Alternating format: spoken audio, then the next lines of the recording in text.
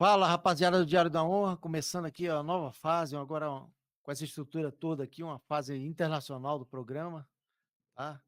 Você que tá aí, não esquece de curtir, comentar, compartilhar, fazer sua inscrição, ativar o sininho lá. Eu tô respondendo na medida do possível todos os comentários lá que estão aparecendo, tá? E a gente está chegando a 100 mil inscritos, 100 mil inscritos nesse canal, tá? Estamos próximos de atingir isso aí. Bom, o meu novo convidado, ele tá lá em Portugal agora, tá? E fazendo uma apresentação muito sucinta dele aqui. Ele tem uma formação militar muito sólida ali, ficou muito tempo na Brigada Paraquedista, trabalhou como agente federal lá em Rondônia. Ele depois foi um dos pioneiros do COT, ele foi o criador do curso do COT. Bom, eu acho que a maioria aqui já deve saber o nome dele, Carlos Alberto Machado. Para mim é um grande orgulho receber você, meu companheiro. Beleza? Beleza, Como meu é que você irmão? tá aí, Machado? Tá tranquilo aí? Tudo bem, graças a Deus, cara. Tudo bem, tudo na paz aqui. Obrigado pelo convite aí. Viu, Junão? Você, pô, Beleza. é um cara que mora aqui no coração, né? E como era o Chaves também, Sim. Cotiano, Arlotinha, toda a equipe aí do Diário da Honra, galera do Diário da Honra. Espero poder contribuir também com algumas informações, algumas histórias,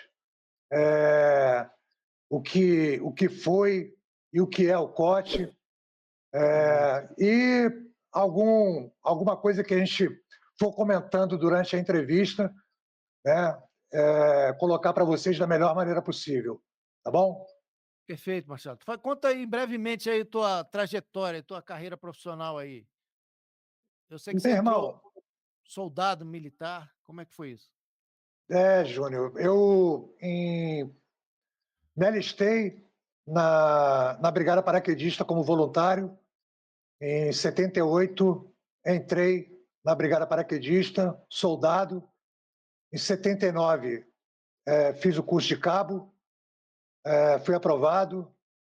Permaneci o ano todo como cabo especializado em auxiliar de DOMPSA, que é dobragem e manutenção de paraquedas e suprimento pelo ar. Ah, depois, aí, em 79, finalzinho de 79, passei para fazer o curso sargento, fiz o curso sargento em 80 e 81. Eu estava no Centro de Instrução Paraquedista, já com o curso. Fui um dos primeiros, quando cheguei, fui um dos primeiros a fazer o curso de mestre salto.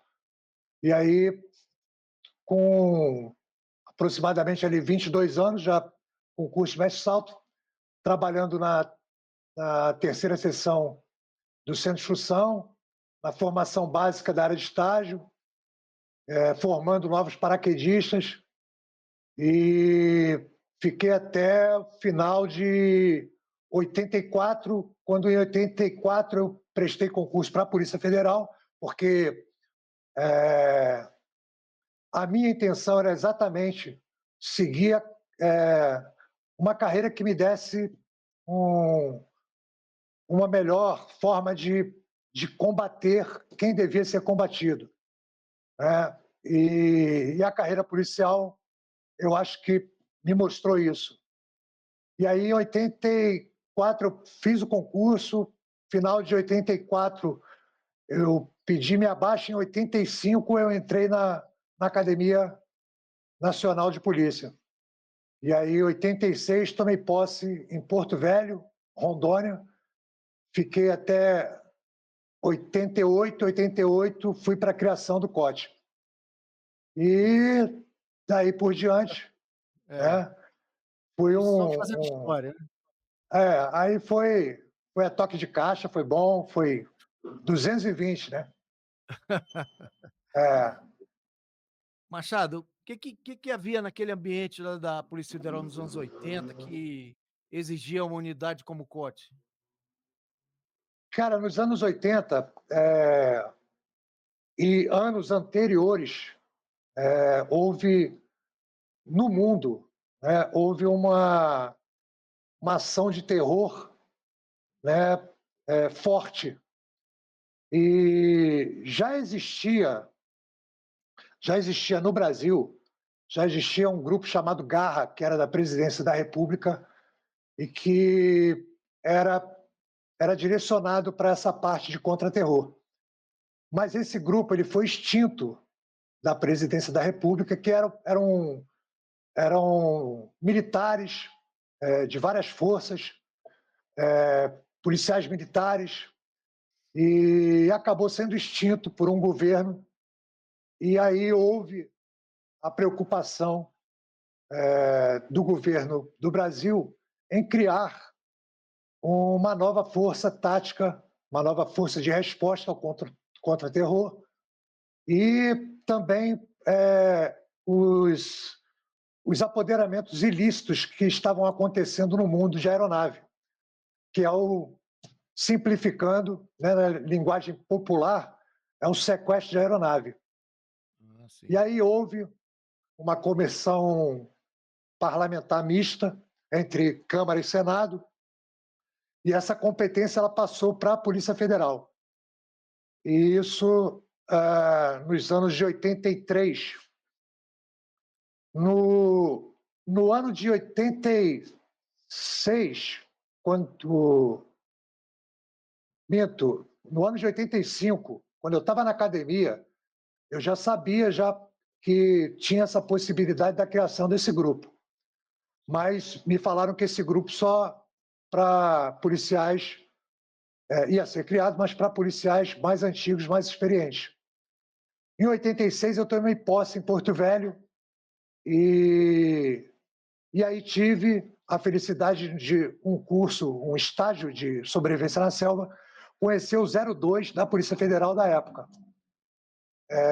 E aí fiquei sabendo melhor o que acontecia, com vistas a essa criação do grupo especial.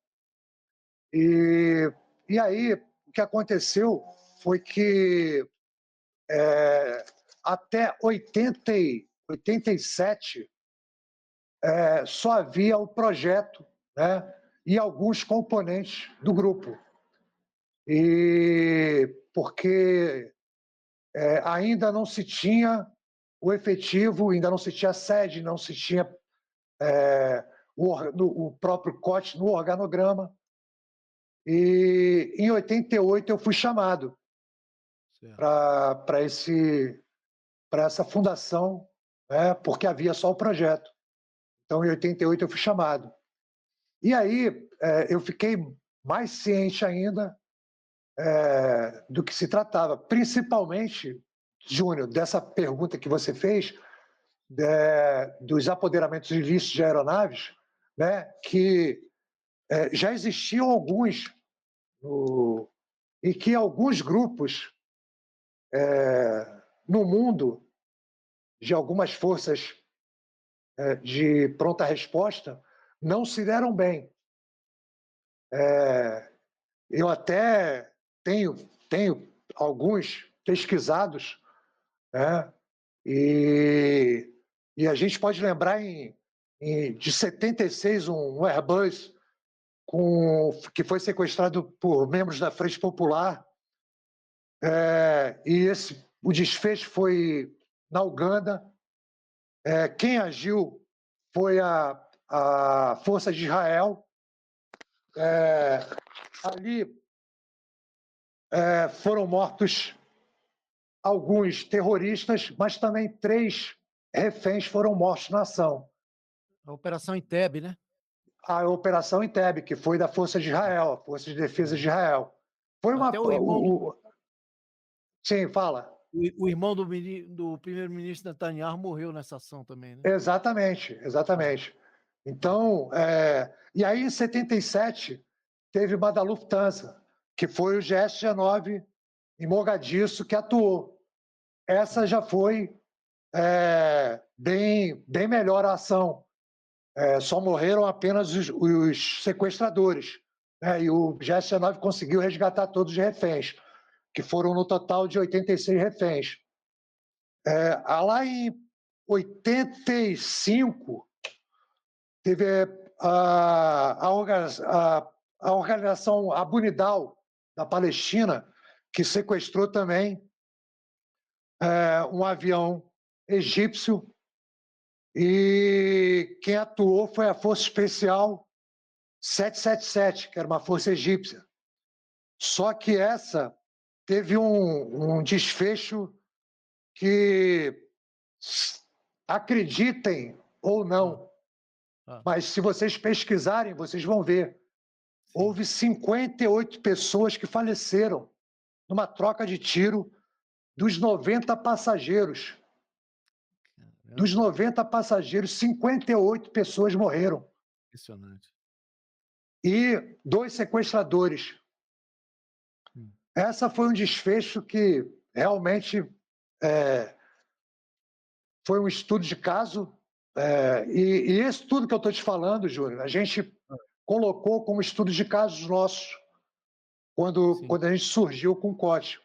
Em 85 teve outro, que foi da TWA, que foi sequestrado pelo Hezbollah, e o desfecho foi em Beirute. Mas essa não houve ação tática, porque houve troca de reféns com prisioneiros políticos. Aí depois acabou o sequestro. O outro foi em 94, da Air France. Esse também foi um estudo de caso nosso durante muito tempo, que foi a atuação do GIGN da França. Ele foi sequestrado pelo um grupo da Argélia, que era o GIA, e o avião foi para... O desfecho foi em Marsella. E houve essa intervenção do GIGN da França, que é um grupo de intervenção da gendarmeria francesa. E durante a ação, houve também uma intensa troca de tiros e resultou na morte de 13 pessoas, entre reféns, policiais e sequestradores. E mais 25 pessoas feridas. Então, essa do GIGN também. E a gente tinha, e tem, possivelmente ainda no COT, alguns vídeos dessa ação. Houve várias falhas durante a ação, que culminou nessa intensa troca de tiro pelo GIGN. E aqui no Brasil, houve, na década de 70, em 69, foi um sequestro que foi para Cuba, pelos guerrilheiros da Aliança Libertadora Nacional. Sim. E em 70, um outro que foi sequestrado pela VPR, aquela Vanguarda Popular Revolucionária, que também foi sequestrado e foi para Cuba. Também não houve ação tática, foi troca de prisioneiros, mas a gente tem aqui o começo, que foi quando originou o COT, e aí a primeira ação do COT em 88, a segunda em 89 e a terceira em 90. Mas isso, Júnior, eu não vou entrar em detalhes aqui, porque está bem definido no livro que eu escrevi. Contém algumas entrevistas também, mas se você quiser, a gente relembra aqui, mas foram casos emblemáticos, né? E eu desconheço, Júnior, um grupo no mundo que tenha 3 apoderamentos ilícitos de aeronave, que tenha resolvido os 3 apoderamentos ilícitos de aeronave com ação tática e que não tenha perdido nenhum refém, ninguém da sua equipe, e todos os sequestradores presos ou mortos na ação. Então, eu desconheço, sinceramente desconheço, já tentei procurar, pesquisar, mas desconheço essa ação com 3 apoderamentos ilícitos de aeronave, sendo eles um do sequestrador, que foi o mais famoso, que inclusive saiu um filme agora sobre ele, que foi o VASP 375, do ano de 88, e depois os outros 2 em 89 e 90, que surgiu a partir de um assalto a banco, e aí eles tomaram duas, em 89 tomaram uma aeronave, foram parar em Belém, e o outro que foi em Itaituba, que foi no ano de 90.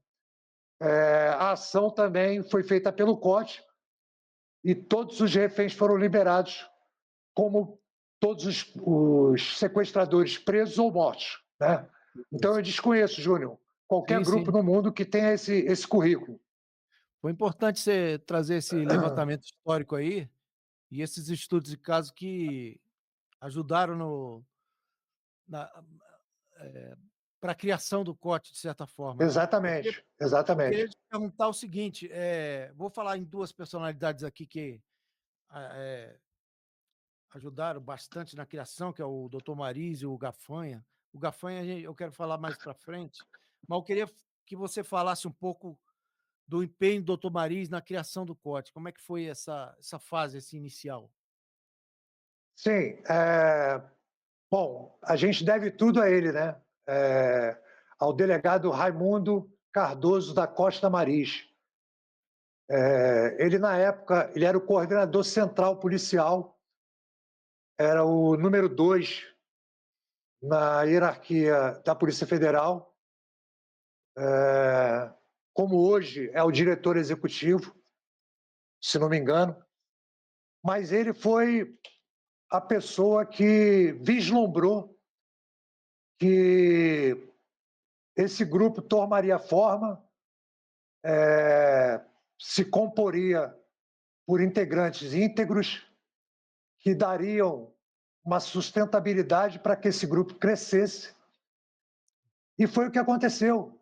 Ele abraçou essa causa, delegou ao Evandro, que era um agente de Polícia Federal, antigo, experiente, atirador de precisão, excelente atirador, delegou ao Evandro as primeiras linhas, vamos dizer assim, de confecção de como seria o grupo. E aí o Evandro depois teve a participação de mais alguns integrantes que ajudaram, o Nelson Queiroz, Ricardo Napoleão. E aí, quando eu cheguei em 88, esse pessoal já não estava, só estava só o Evandro. E a gente tinha uma antessala na sala na sala de gabinete do Dr. Mariz. A gente permanecia numa antessala, fazendo ali alguns rascunhos, algumas coisas. Eu fui me inteirando de algumas coisas que o Evandro já tinha produzido. O Evandro já tinha produzido muita coisa. E a gente, todo final de expediente, a gente conversava com o Dr. Mariz, com o delegado Mariz, que era uma pessoa incrível. Até hoje é uma pessoa incrível. E ele, com todos os seus afazeres, com tudo, ele era o operacional, ele lidava com toda a operacionalidade do Brasil inteiro. Então, as grandes missões, as várias missões passavam por ele, ele dando de acordo, se tivesse que dar qualquer tipo de apoio, ele daria. E, mesmo assim, ele sempre querendo se inteirar como estava os andamentos para o COT. E aí, nesse período, a gente foi já recebendo novos integrantes. Todos os novos integrantes também passavam pelo ok dele, né? E ele teve essa fase que, como ele era o número 2 do departamento, então, na época, o delegado era o Romeu Tuma, e o Romeu Tuma, com certeza, dava todo o crédito a ele também, para que tocasse o projeto do COT à frente, né? Uma vez que já estava sacramentado pela comissão do Senado e da Câmara dos Deputados. Sim, beleza. Ô Machado, e hoje em dia o COT é reconhecido internacionalmente, é uma das principais unidades de elite aí do mundo, da América Latina e do mundo, né?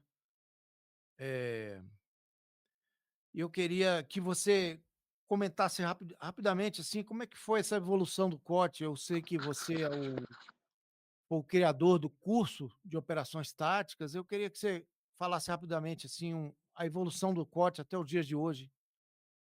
Como é que foi isso? Beleza, Júnior. Olha só, eu na evolução do COT, ou mais preciso, na criação do COT, quando eu entrei em 88, e que a gente foi se especializando em várias áreas. E os pioneiros do COT,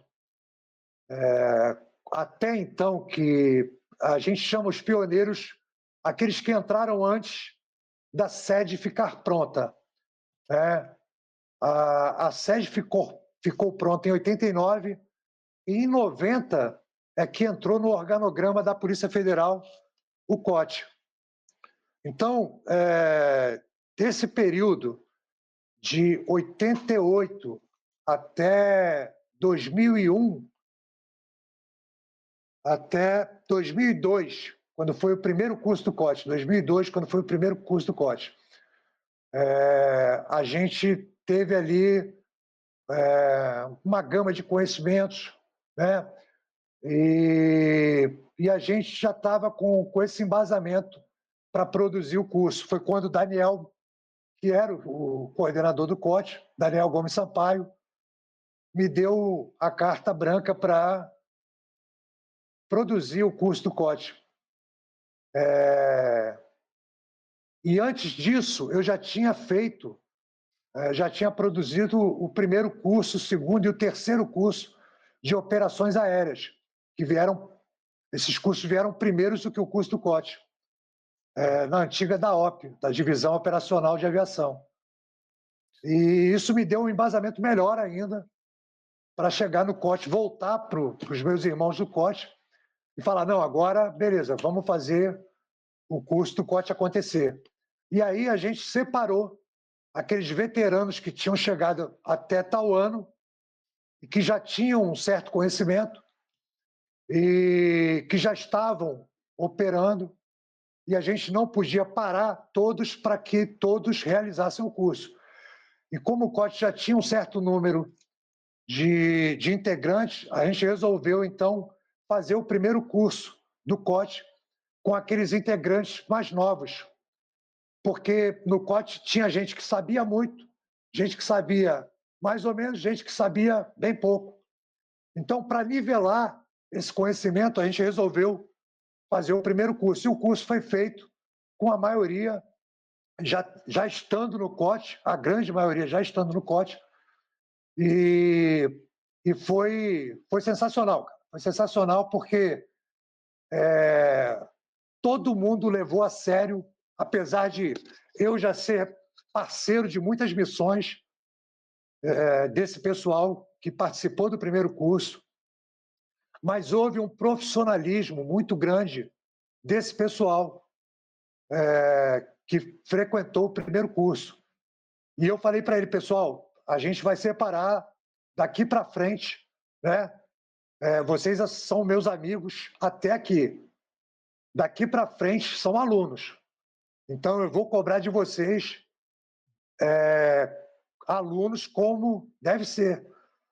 E o Daniel, coordenador do COT, e a direção geral está apostando que o curso vai desenvolver, vai crescer, né? E a gente vai plantar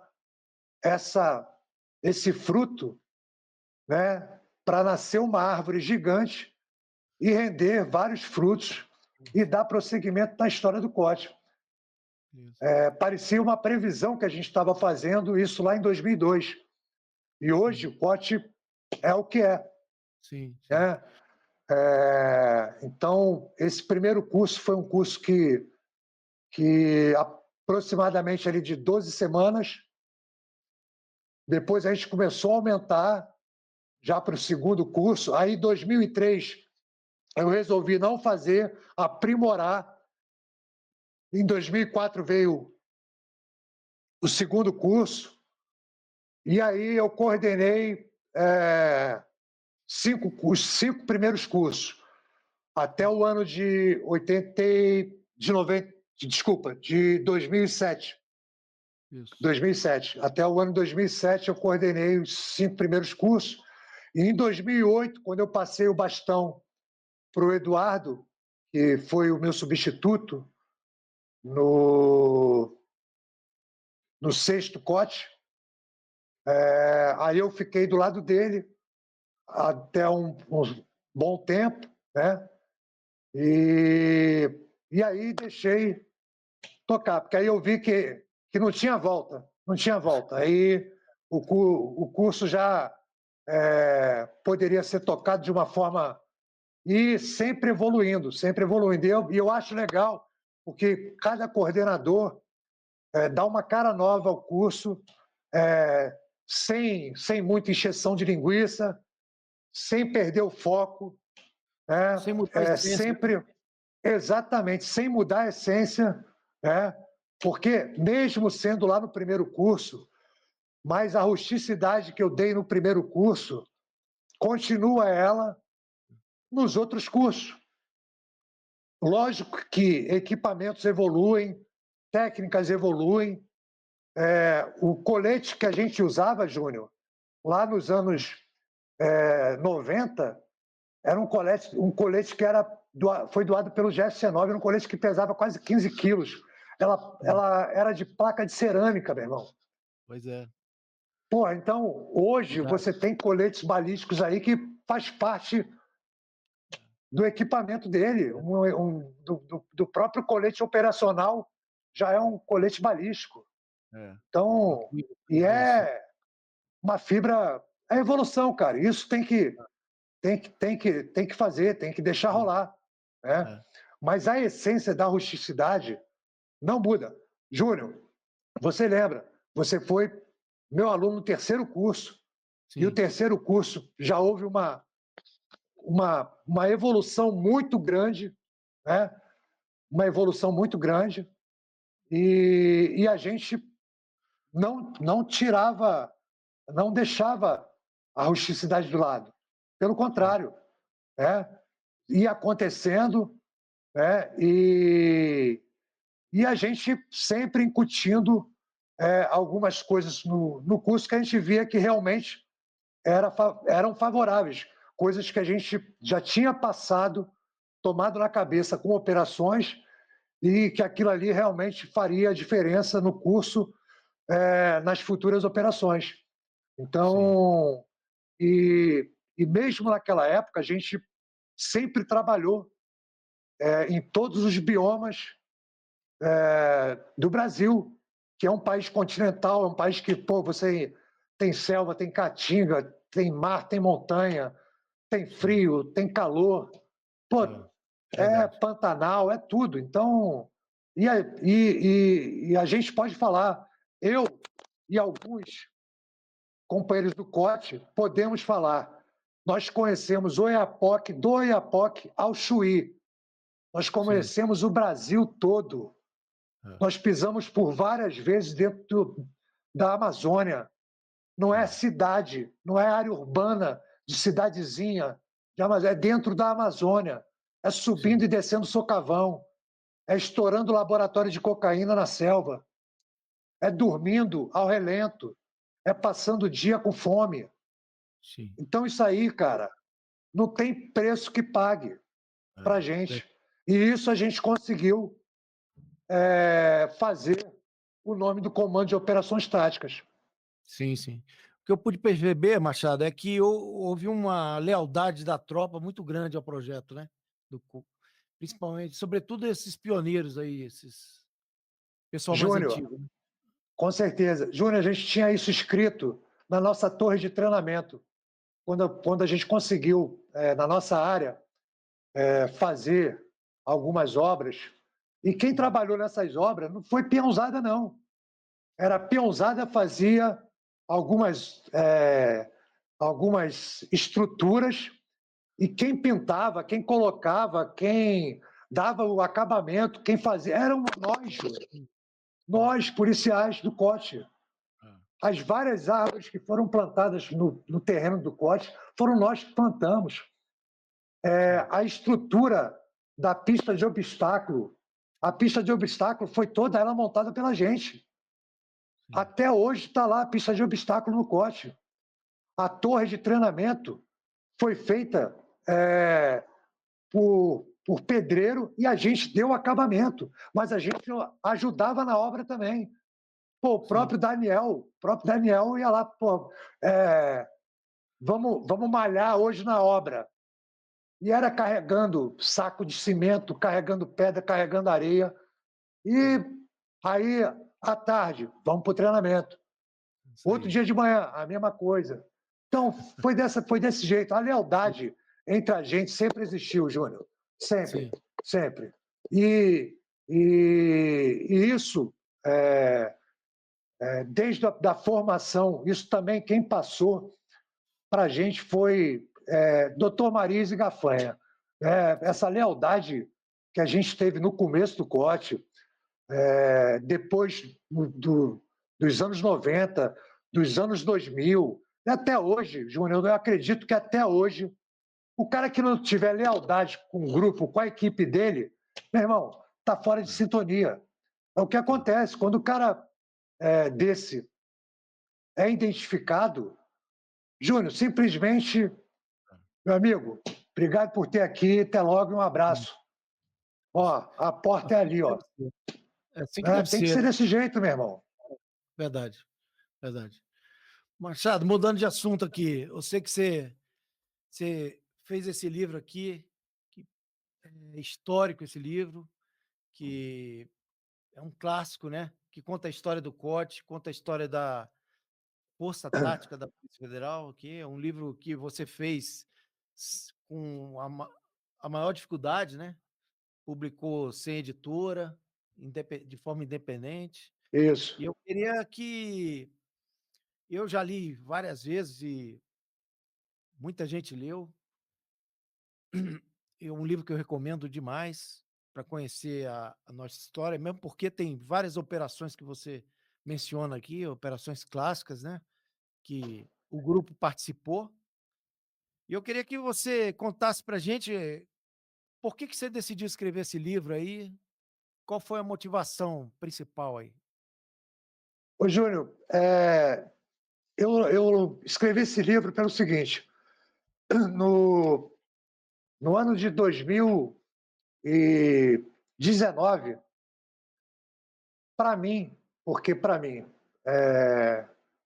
foi 30 anos quando surgiu a sede do COT. A sede do COT surgiu em 89.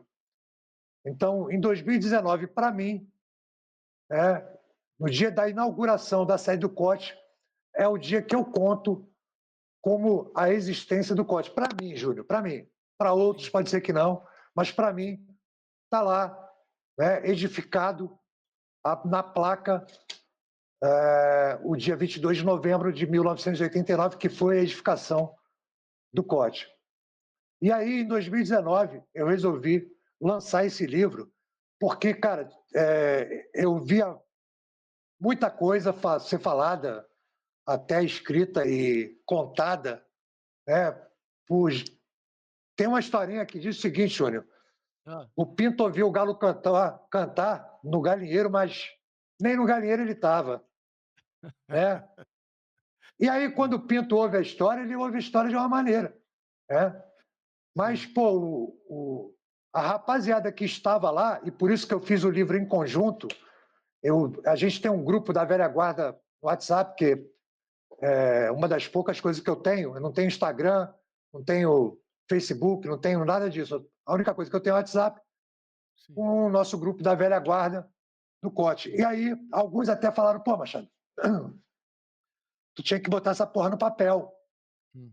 Aí eu falei: pô, beleza, vou fazer isso daí. Aí eu resolvi escrever, e eu escrevia sempre na madrugada eu escrevia. era mais tranquilo. E aí, desculpa, eu coloquei ali, desde quando eu ouvi falar sobre a criação do COT, os primeiros integrantes, dei nome a quem realmente fez história no COT, e por isso que a maioria das operações ali, acho que a grande maioria, somente uma das operações que não era de pioneiros e veteranos. Já foi uma outra, mas eu fiz questão daquela, que é praticamente quase a última operação ali, que é uma operação que naquele dia eu estava iluminado também. Mas não vou contar para não perder, para quem quiser ler aí o livro. Então, foi por isso, Júnior. Eu coloquei o livro para... Não tive editora, não tive livraria, eu banquei tudo do meu bolso, porque a minha intenção, Júnior, era de deixar um legado, era de deixar a história do COT num livro que pessoas que gostem do COT, ou policiais que já ouviram falar, ou policiais que querem entrar, aqueles que virão a pertencer. Eu deixei o livro na academia e lá no COT. Então, livro físico eu não tenho mais. Eu não tenho mais. Eu só tenho ele em digital na Amazon.com. E quem botar na Amazon é só colocar lá Força Tática da Polícia Federal, da Criação ao Legado. Vai aparecer o livro digital. Mas o livro digital tem tudo que tem o livro físico. Todas as fotos, todas as histórias, tudo, tudo. A mesma coisa que tem o livro físico. E eu só tenho ele digital. Não tenho ele mais livro físico, porque eu resolvi vender apenas 1.000 livros. E aí, depois de que foram vendidos, eu deixei alguns na academia, porque eu acho que os alunos que se interessam pelo COT podem adquirir. Sim. E lá no COT, os policiais que passam algum estágio ou curso no COT podem também conhecer melhor a história do COT. Então é isso, Júnior. Foi mais para que contasse a real história do COT, com os mínimos detalhes e dando ênfase a quem realmente fez história no COT. Isso. Por acaso, eu tenho essa relíquia aqui impressa aqui, ó. E a minha está aqui e recomendo a todos aí comprarem, adquirirem lá na Amazon, no Kindle, né? E é uma ótima leitura. Bom, Machado, então a intenção foi essa, provocar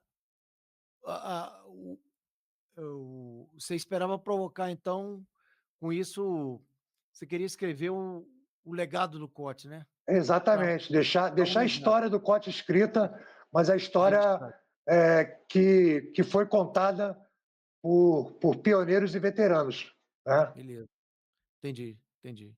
E esse livro, ele fala da doutrina original do COT ou é uma crítica à doutrina? Não. Ele fala sobre a doutrina original do COT. Certo. E aí, exatamente, é o que eu te falo. Nós fomos, na época de 92, quando ia ter a Eco 92 no Rio de Janeiro, que foi um grande evento de vários países do mundo inteiro.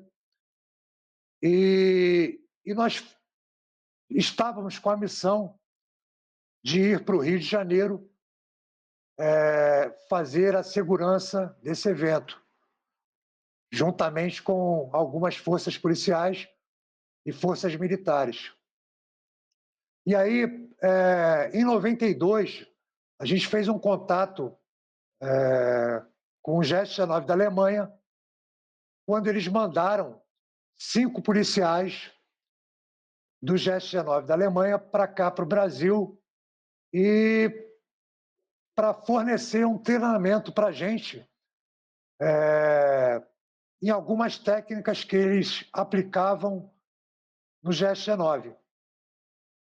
E eles permaneceram aqui durante aproximadamente 30 dias com a gente, na área de treinamento que a gente tinha, passando várias técnicas.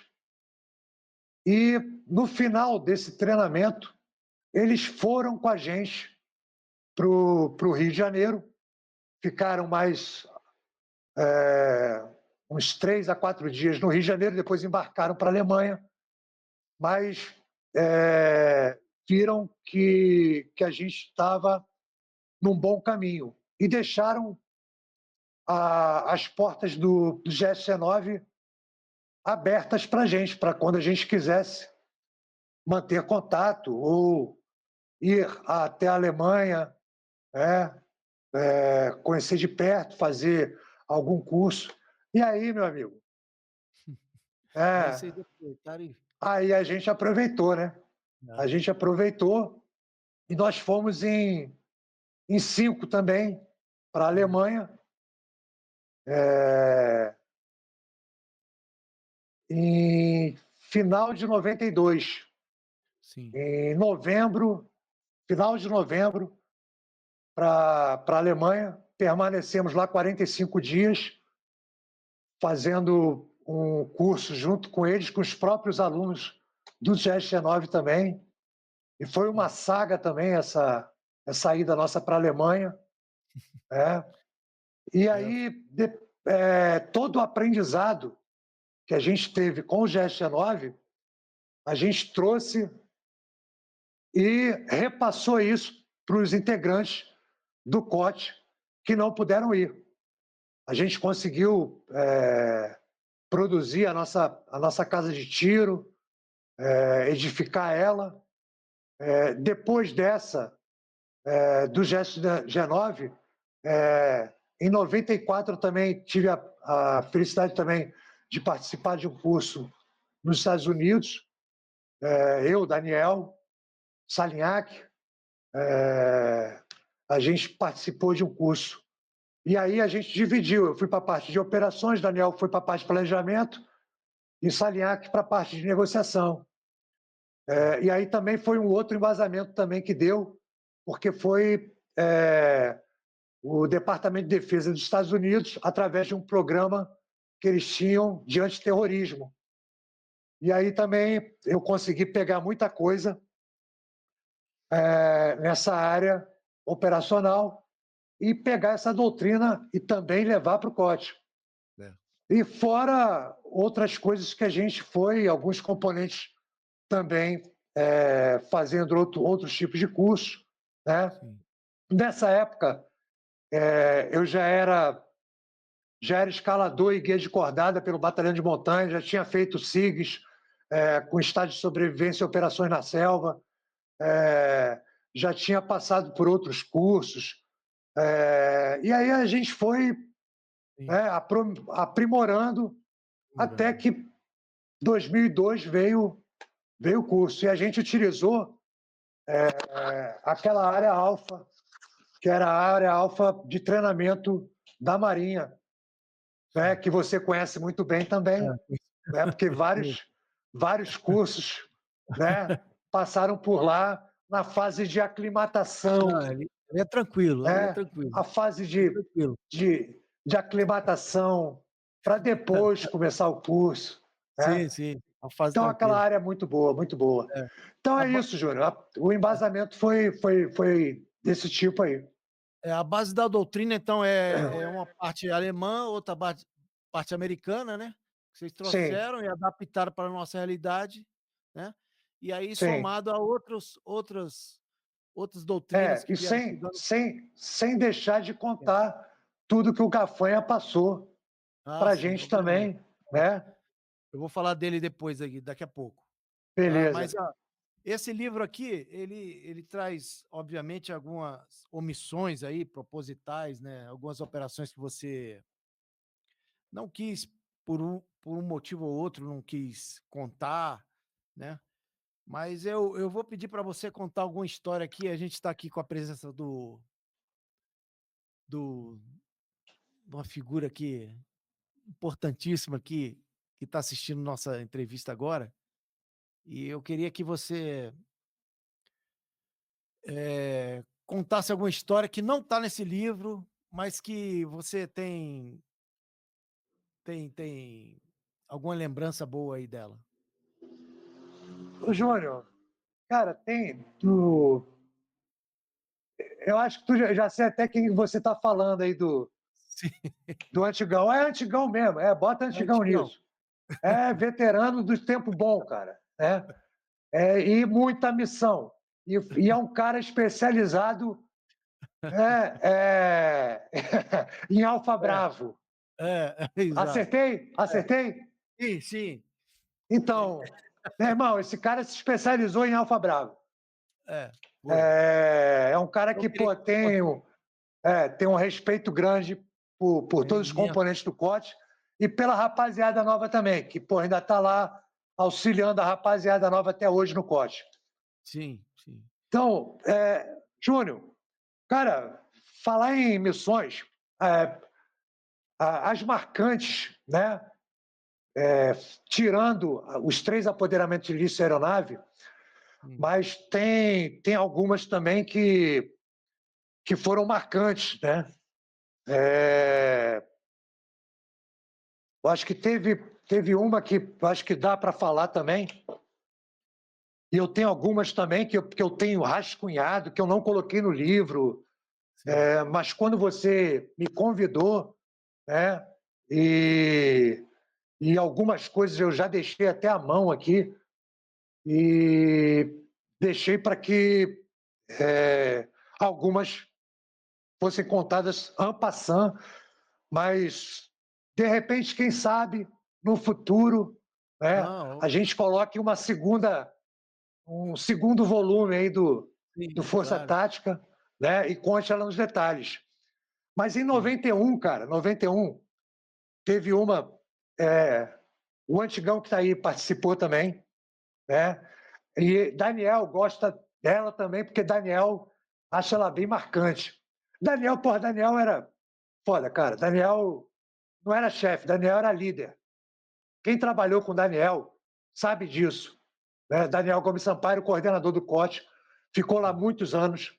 muito. Pô, o cara estava de frente em tudo quanto era operação. Era o coordenador, mas ele queria estar junto com a tropa dele, junto com a equipe dele, junto com todo mundo. Né? E nessa, ele foi chamado no ano de 91 na sede, foi chamado lá por um coordenador central, pelo coordenador de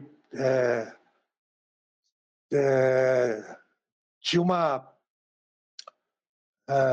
Não lembro se era entorpecente ou se era fazendário, eu não lembro agora. Mas foi uma missão que foi dada para que a gente prendesse um cara que já tinha sido preso várias vezes, mas já tinha fugido várias vezes, que possuía garimpo ilegal, que possuía várias aeronaves que estavam fazendo tráfico de entorpecente e que tinha um domínio lá no Pará, na área de Nova Esperança, que tinha um domínio de aproximadamente, isso falaram, né? De aproximadamente 40 a 50 homens armados, que era o bando dele, o bando de Guaxebas, que era o nome que se dava aos capangas lá do Pará. E aí, cara, esse tal de Márcio Martins era conhecido como Márcio Rambo, Rambo do Garimpo. Era uma figura lendária, dizem, contam, que ele tomou um pontapé inicial de um ex-sócio dele, foi expulso do garimpo, e tempos depois ele retornou na área de garimpo, e chegando lá com 2 metralhadoras, matou 5 garimpeiros, desceu do helicóptero atirando, matou 5 garimpeiros, disse que o garimpo era dele, e que a partir daquele momento quem mandava ali era ele. E aí, meu irmão, todo mundo arregou, né? Ele tomou conta, ele e o irmão dele, Miron, tomaram conta e aí começaram a crescer, cobrando pedágio de balsa, a preço de quilo de ouro. E aí os aviões dele fazendo tráfico de droga, fazendo transporte de garimpeiro, utilizando os capangas dele para atrocidades nas cidades, né? E aí, cara, a gente tomou pé da situação do que se passava e fomos de avião para a área, em avião da Força Aérea. Naquele tempo não existia DAOP nem CAOP. Nós fomos de avião da FAB para Serra do Cachimbo, para a base aérea da Serra do Cachimbo. É uma base militar da aeronáutica estratégica e que ali a gente ficou alojado e coletando mais informações sobre esse tal de Márcio Rambo.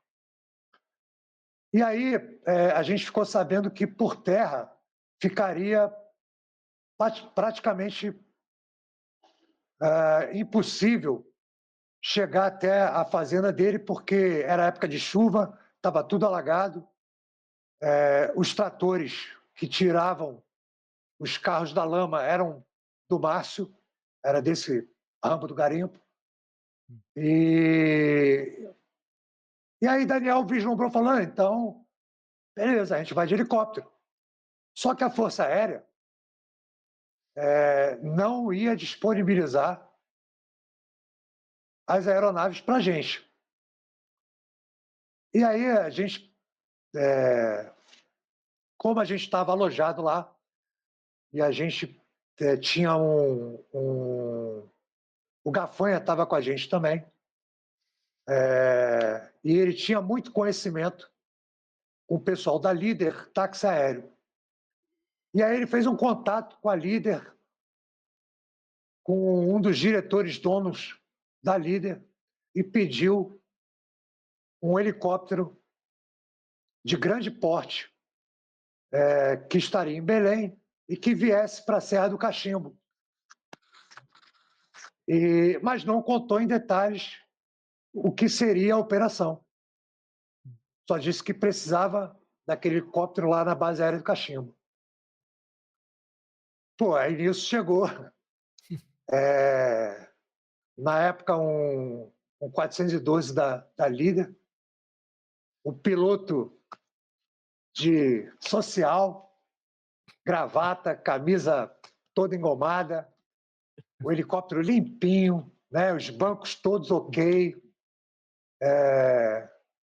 E aí, quando ele desceu, Gafanha recebeu ele, Daniel, e aí a gente trouxe ele para o nosso alojamento, né, informou para ele o que estava se passando, e aí o comandante da base ele sempre emprestava para a gente a área de reunião, de auditório, né, a gente reuniu todo o pessoal do COT, esse piloto da Líder, e explanou, né, para ele tudo que a gente tinha de conhecimento sobre a operação. Nós éramos aproximadamente uns 15. Tanto é que o comandante da base teve uma hora que falou para o Daniel, o delegado, quando é que chega teu reforço aí? O Daniel, não tem reforço nenhum, não. Só tem esse pessoal aqui e a gente vai encarar. A gente vai porque foi missão dada. E a gente não costuma recuar de missão. E aí, beleza. Tomamos pela situação, falamos, todo mundo deu o aprovo. A gente planejou como é que ia ser a ação. E aí até teve uma boa vontade depois de saber o planejamento nosso, o comandante da base cedeu para a gente um helicóptero de apoio. Aí foi essencial, porque a gente conseguiu agora duas aeronaves rotativas para todo o nosso pessoal. E aí, enquanto uma faria o pouso, a outra dava cobertura, a outra despachava o pessoal, subia com 2 elementos, dava cobertura, a outra aeronave vinha, despachava o pessoal, desembarcava o pessoal que estava naquela aeronave, e as duas aeronaves ficavam ao redor fazendo sobrevoo, fazendo a nossa cobertura de assalto também. E nisso, Júnior, pô, ele fala, Daniel fala, mas todos nós, eu, os mais antigos, todo mundo que participou, Zé Pereira, pô, Julião, Márcio, pô, se eu for contar todo mundo aqui, eu vou acabar esquecendo Carvalho, que ficou dando apoio, pô, em cima da aeronave, Julião, pô, foi sensacional. A gente saiu da base aérea, o sol ainda não tinha nascido, Júlio. O sol ainda não tinha nascido. Estava para nascer, a gente decolou. No meio da trajetória, o sol veio surgindo. E nisso a gente indo de encontro com as duas aeronaves, indo de encontro, porque o sol era exatamente aonde eram as coordenadas da fazenda do Márcio Rambo. E a gente já tinha essas coordenadas plotadas.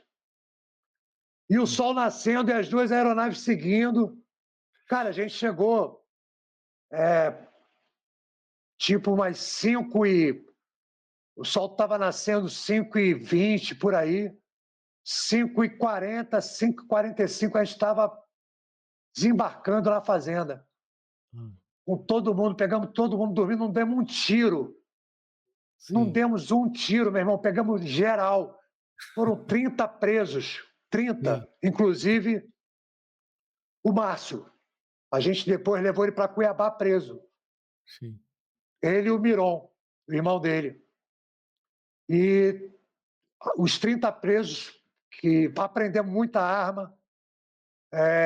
A tática foi o seguinte: a tática foi a gente desembarcar, a gente progrediu, as equipes abriram, a gente encheu a casa dele de gás, a casa principal e as casas ao redor. A gente encheu todas as casas com gás lacrimogênio. Meu irmão, todo mundo saiu pianinho lá de dentro. Saiu que não dava conta de enxergar nada, porque foi todo mundo pego dormindo. Então, todo mundo foi vindo. Eu lembro, acho que foi Julião. Julião acabou pegando o irmão dele, deu-lhe uma banda, algemou. Aí, pelas fotos, eu falei, Júlio, não é esse aqui. Aí, Julião já puto, já deu uma raquetada no Márcio Ramos, já jogou ele pro chão.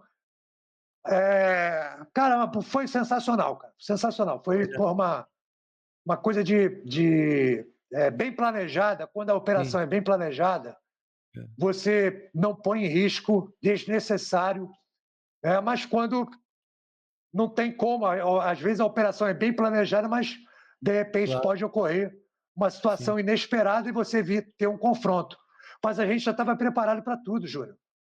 Porque tinha equipe, porra, todas as equipes, pessoal todo, porra, já pronto para qualquer tipo de situação. Né? E essa operação é uma operação que marcou muito, porque a gente levou esse cara preso para Cuiabá. Não deu um ano, meu irmão, não deu um ano. O cara fugiu, ele, carcereiro, fugiu metade da cadeia. Porra, é impressionante, cara. Impressionante. Essa operação dava um filme, então, hein, Marcelo? Ficou bonito também essa operação. E ela, mas depois dessa nossa da nossa prisão dele, essa prisão, inclusive, Júlia, não foi noticiada, não saiu em rede de internet, não saiu em jornal. Só quem ficou sabendo foi o pessoal da base aérea de Cachimbo, nós da Polícia Federal e o pessoal de Cuiabá quando a gente chegou com ele preso. Então, tempos mais tarde, depois dessa operação, a Polícia Militar fez quase o mesmo modus operandi. Hum. Fez quase o mesmo modus operandi, só que aí acabaram matando o Rambo, né? Não houve a prisão, houve a morte dele, tempos depois. Tá legal, foi menos um. Não, ia dar mão de obra para inquérito, né? É, Mais papel, mais burocracia, mais gente sim, para ele comprar na cadeia. claro, Não. E como houve reação, então é, tá bacana, tá bonito. claro, Né? beleza. Então, o Antigão tá confirmando tudo aqui com Não, tá mandando Antigão é inclusive um frente. abração para você aí. Pô, outro para ele, ele sabe disso. Ô Machado, eu queria te perguntar aqui, eu fiz um preparativo. Júnior, Fala. Júnior, eu Oi. posso me alongar numa outra aqui que, pô, Antigão também estava nessa. Se você Claro. puder deixar eu contar essa Não, também, que foi, porra, por pô, favor. foi fabulosa, cara. E me lembrou uma coisa. Foi uma das primeiras vezes que a Polícia Federal usou carro forte para subir morro no Rio de Janeiro. Legal. Isso foi em 91. 91. 71. 91. Hum. Foi uma operação que mataram um policial federal ali no Andaraí, Julinho 22. E tinha um delegado Barruan, figura lendária, cara, lendária no Rio de Janeiro, chefe da DRE. O Barruan, ele conseguiu um mandado de busca e apreensão para o morro inteiro, meu irmão. Um mandado Ele conseguiu coletivo. de quarteirão a quarteirão um mandado coletivo. É. E ele chamou, nessa época, ele chamou o COT para juntar forças com o pessoal da DRE do Rio de Janeiro e alguns policiais que ele tinha escolhido também para participar dessa operação. E essa operação ela foi marcante porque é o seguinte, no planejamento, a gente tinha planejado entrar à noite no morro para fazer essa operação. Só que aí, e a operação era da DRE, era do Barruan. Beleza, a gente já tinha todo o nosso armamento com os equipamentos noturnos que a gente já tinha comprado da Colt. E a gente falou, não, beleza, a gente tinha os visores noturnos, a gente tinha todos os equipamentos para uma operação à noite. Só que aí, não sei por que cargas d'água, Barruan veio e disse para a gente, não vamos fazer a operação agora à noite, vai ser no raiar do dia. Aí, beleza, desmonta todo o equipamento, tira tudo das armas, né, e fica aguardando. E isso, todo mundo na superintendência. Aí o planejamento foi o seguinte, a gente faria 2 equipes do COT e mais um policial da superintendência que conheciam bem a região, integradas nessas 2 equipes do COT. E essas 2 equipes ela faria uma aproximação e uma incursão, uma por cima do morro, vindo pelo lixão, e a outra, que era que eu estava, e o Antigão que está aí também estava, que era numa pedra, meu irmão. E o cara falou, não, é uma pedra, mas é tranquilo, tranquilo de... Ainda bem que, nessa época eu já tinha meu curso de montanha. Foi foda. Subi por ali, aí a gente conseguiu subir e montar, para os outros, virem também, né?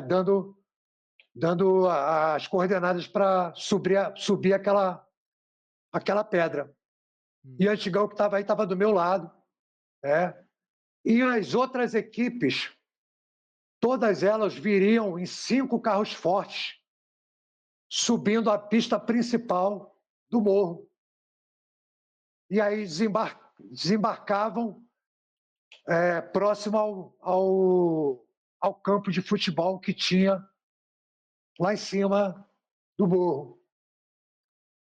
Eu sei que é o seguinte, Júnior, pô, e a gente fez essa coordenação, né, de tirar os equipamentos, só que quando foi aproximadamente 1h30, 2h, o Barruan falou, ó, vamos agora. Aí o Daniel, porra, Barruan, porra, mas a gente tirou todo o equipamento. Não, não, estamos indo agora. Vocês vêm com a gente ou não vêm? Eu não sei se aquilo era teste, se não era. Meu irmão, estamos indo. Qual é o carro nosso? É esse? Beleza, estamos indo agora. Vamos ficar na coordenação e vamos, porra, coordenar a entrada junto dos carros fortes. Apontar na subida principal, as duas equipes já vão estar prontas também para a incursão terrestre. E assim foi, Júnior. E assim foi, meu irmão. Tem Sim. que ir, vamos. Claro. Né? Então, pô, legal. A equipe do Daniel subiu, tomou posição lá em cima, perto do lixão. A minha equipe subiu, a gente conseguiu tomar posição também. Né?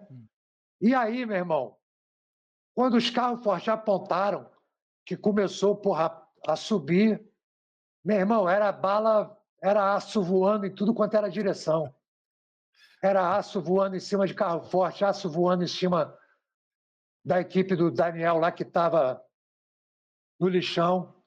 A gente escutar, porque a gente veio de uma subida do morro que era embaixo dessa pedra, porque muita gente ali não acreditava que a gente pudesse, que policial usasse aquela técnica para subir por ali. Quando a gente chegou, a gente bateu numa plantação de bananeira, meu irmão. Pô, bananeira, tu sabe que bananeira, se tu enfiar a faca, ela atravessa do outro lado.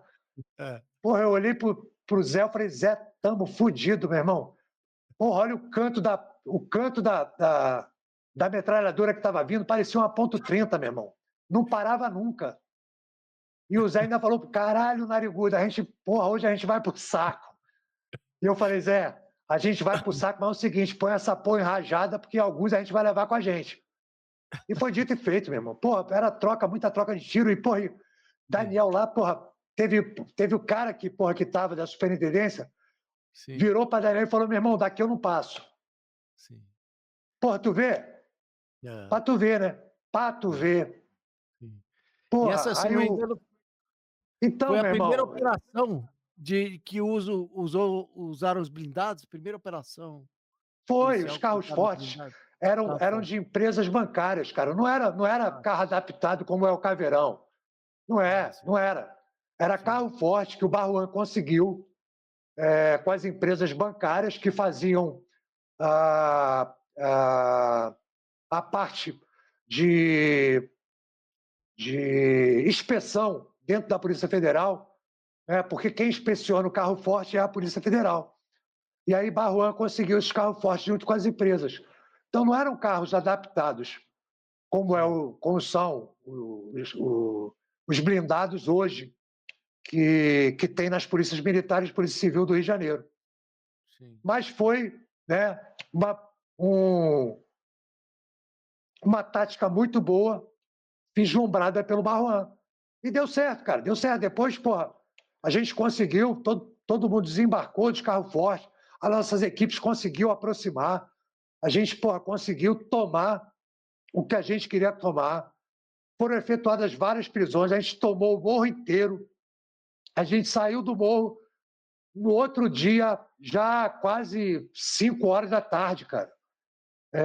Conseguimos achar quem fez, também quem não fez, né? Que, porra, o mandato era geral, então, porra, muito armamento foi apreendido, muitos presos, gente que estava pedida. E ali marcou uma época legal para o COT também, que marcou o respeito que o Rio de Janeiro começou a ter pelo COT, que até então a gente tinha no Brasil inteiro. A gente tinha só gente que olhava para a gente com rabo de olho, dizendo que era melhor, né? Eu sempre falei o seguinte, ô Júnior, nós não somos melhores, nós somos diferentes. Sim, Nós somos diferentes por quê? Nós somos diferentes do convencional. Nós claro. temos a sorte de ter equipamentos, de ter treinamento diferenciado, Hum, com homens diferenciados. sim, Pô, é lealdade acima de tudo. Né? Se claro. aquele cara tá ombreando junto comigo, eu fico tranquilo, meu irmão, porque eu sei que, pô, se a minha ameaça vir do lado dele, ele vai abater, cara. Como se Sim, vier do meu lado, eu vou abater e ele vai ficar tranquilo. sim. Eu não vou ficar perguntando para ele, ou se eu vou ficar olhando de rabo de olho, se ele está prestando atenção no teatro de operação, cara. Entendeu, Júnior? Sim, E sim. isso você, durante muito tempo, você vislumbrou isso no COT, com todas as missões que você participou. É verdade. E, pô, a gente que já era mais nova, que já tinha vindo de cursos mais novos, já não tinha vindo do teu curso, já não tinha vindo do curso do Chaves, já não tinha vindo do curso do Arlota, já não tinha vindo. Era cursos mais novos e você confiava nos caras. Como Claro. hoje, se eu tiver que participar de uma operação, eu vou confiar no cara que terminou o curso ontem, meu irmão, porque eu sei que ele está preparado para isso. Hum, E eu sempre falei, Júnior, o cara sim. que, quando termina o curso do COT, o cara está preparado. Só que ele vai ficar melhor ainda preparado daqui a algum tempo, quando ele, na primeira, na segunda, na terceira operação que ele fizer, ele falar: caramba, é isso, essa é a minha praia. Estou errado, Entendi. Júnior? Não, não, tá certíssimo. Não estou Então, errado, então, cara. Pô, vindo de você, o concordo, não, porra, meu com irmão. certeza, tá certíssimo. Então, sabe Ô Machado, disso. para encerrar esse bloco aí do livro, eu queria que você falasse assim, o que que você eh, acha que um jovem policial sente ao ler o seu livro? O que que você pretende que o jovem policial, o que está entrando agora, que vai fazer concurso, agora nós temos concurso agora para 1.000 vagas. Então, É, certamente esses alunos aí vão se deparar com o teu livro aí. Eu queria saber o que que você quer que ele perceba no seu livro. ô, Júnior, não, legal, essa pergunta é legal, porque como eu não tive essa livraria, não tive nada disso, eu criei um site para vender, né? E depois da criação do site, como eu coloquei ele, que eu vendi os livros físicos, aí coloquei ele no Amazon. E aí eu vi muita coisa que estava acontecendo com o nome do Cote no YouTube. E aí, pô, teve um antigão que me falou: pô, Machado, cria um canal do YouTube para divulgar o livro é, digital. E aí eu criei o livro o digital e criei o canal do YouTube. E comecei a postar algumas coisas do COT e da CAOP também, de operações aéreas.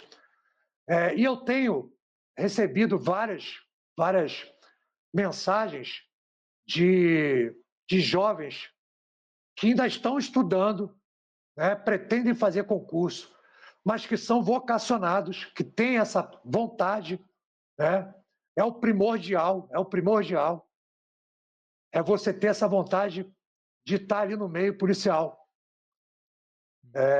E aí, isso já me deixa contente, já me deixa feliz, porque quando o cara lê o livro e se sente satisfeito, vê que aquilo ali realmente é a praia dele, que gostaria de estar naquele meio, de participar desse tipo de atividade, que é uma atividade diferenciada. Cada dia é um dia, cada missão é uma missão, cada viagem é uma viagem diferente que a gente participa, que a gente faz. Então não tem uma rotina, meu irmão, não tem uma rotina. Né? É diferente demais. E você mesmo tendo a rotina do treinamento, nem os treinamentos são iguais, cara. Cada treinamento é diferenciado. Então tem um treinamento diferenciado para cada dia. Né? Você não cai numa rotina.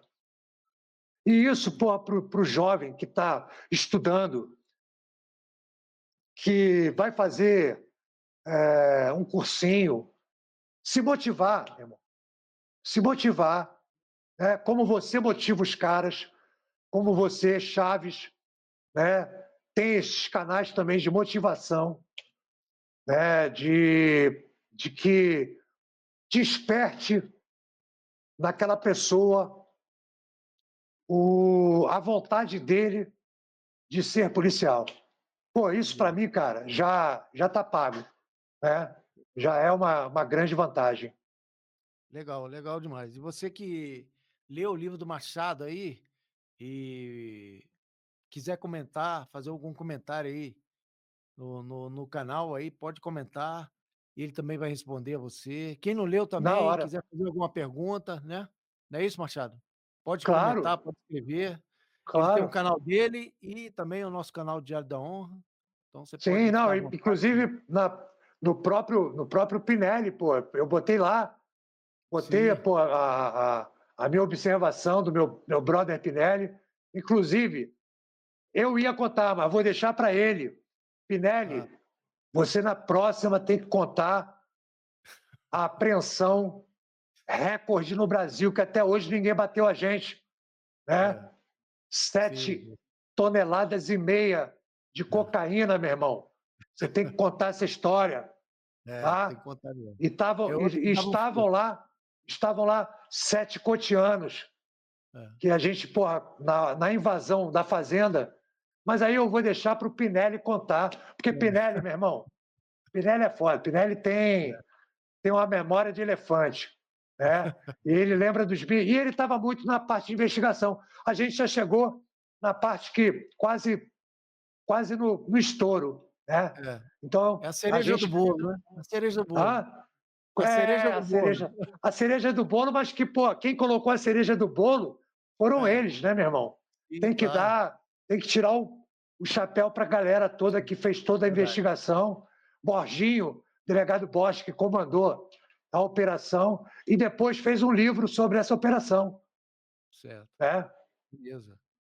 Ótimo. Mas eu O, respondo sim, respondo a tudo que o pessoal colocar, eu respondo sim, tá? beleza, beleza. Voltando à questão da criação do COT, eu queria perguntar ainda para você se teve alguma resistência interna no órgão, na instituição, para a criação do comando. Cara, se teve alguma coisa muito forte, o doutor Maris não passou isso para a gente, mas ele sempre comentava que sempre tinha uns e outros que falavam, né, que aquilo não ia dar certo, né? Tem sempre aquele que não gosta de ver o sucesso do outro, né, meu irmão? Sim. Então, mas nada de grandioso, assim, de grandes proporções, que desse para trás a criação do COT. Entendi. E aí, quando que a gente põe em 88, quando a gente fez aquela missão do Boeing, meu irmão, ali não tinha mais volta. É, Ali não tinha mais volta, porque ali, com turma na direção geral e o doutor certo. Maris, porra, na coordenação central, ali não tinha mais volta, meu irmão. Falasse o que falasse, É. Todas as é, justificativas não foram tinha dadas mais ali. volta. Não tinha mais volta. É Porque verdade. ali, e quando ele botou para frente que edificou em 89, né, a nossa sede, ali Hum, também, cara, não tinha mais volta. A gente sabia que ia dar certo, tinha certeza disso. Por entendi. quê? Pela lealdade que a gente tinha com o delegado Maris. Sim, sim. Beleza. Machado, outra coisa aí, eu vou falar de uma pessoa que é muito cara para todos nós, que é para Oh, quem está presente aqui, e eu queria que você falasse qual a importância do Gafanha na criação do COT e quem foi ele?